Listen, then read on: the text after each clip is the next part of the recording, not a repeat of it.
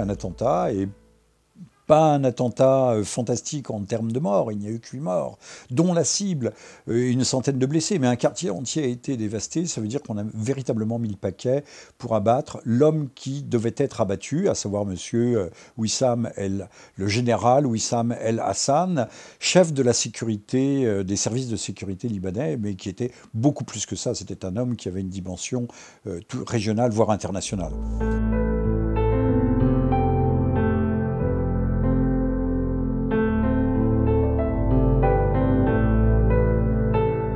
Comme cet attentat est intervenu dans le quartier d'Achrafieh, qui est le bastion chrétien de Beyrouth, tout le monde, le Liban tout entier a frémi en voyant le retour d'une éventuelle guerre interconfessionnelle.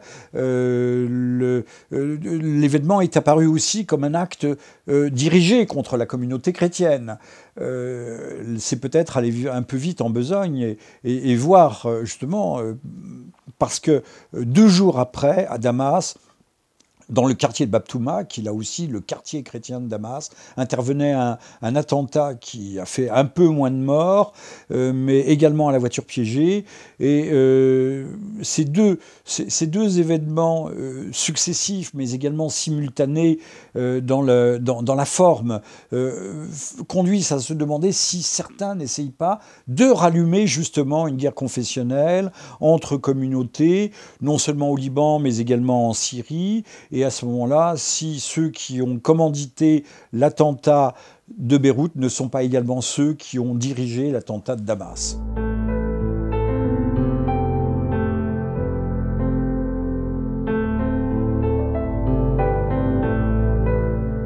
Alors, il faut noter une chose tout à fait extraordinaire, c'est que personne n'était censé savoir que Wissam El Hassan était à Beyrouth.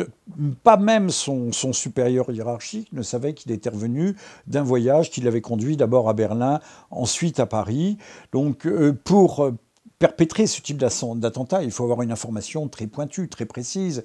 Il faut savoir quels sont les parcours possibles. Il faut positionner des véhicules piégés. Il faut avoir une information dont, en fait, véritablement, infiniment peu de monde dispose.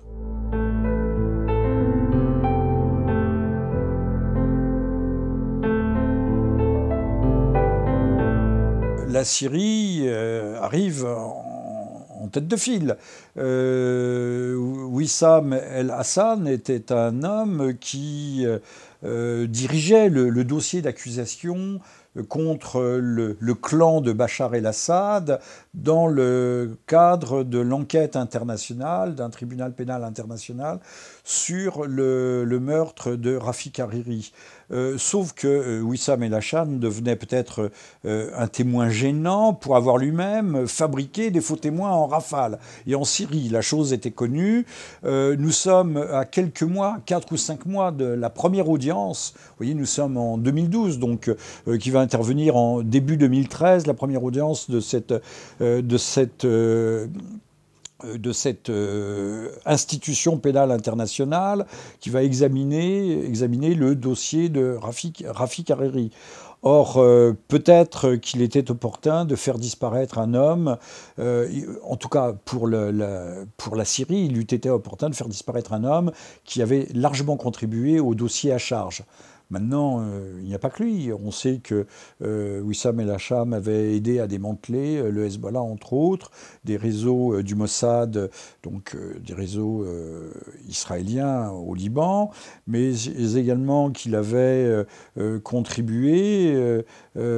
C'était un homme qui était très lié, en fait, à l'Arabie Saoudite. Alors, si quelqu'un est innocent, c'est certainement l'Arabie Saoudite, puisque là, elle perd un pion tout à fait important, et que Wissam El Hassan servait également d'interface entre les services de renseignement, pas seulement libanais, mais du Proche-Orient, et les services de renseignement occidentaux, américains, anglais, français, entre autres, et anglais.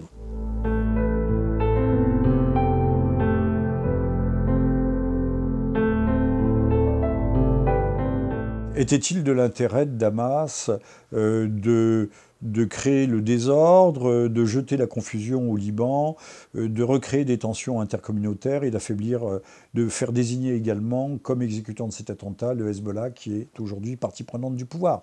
Et donc de rebattre les cartes politiques au Liban? Certainement pas. Donc on peut, je pense, écarter la culpabilité présumée de Damas dans cette affaire et chercher ailleurs.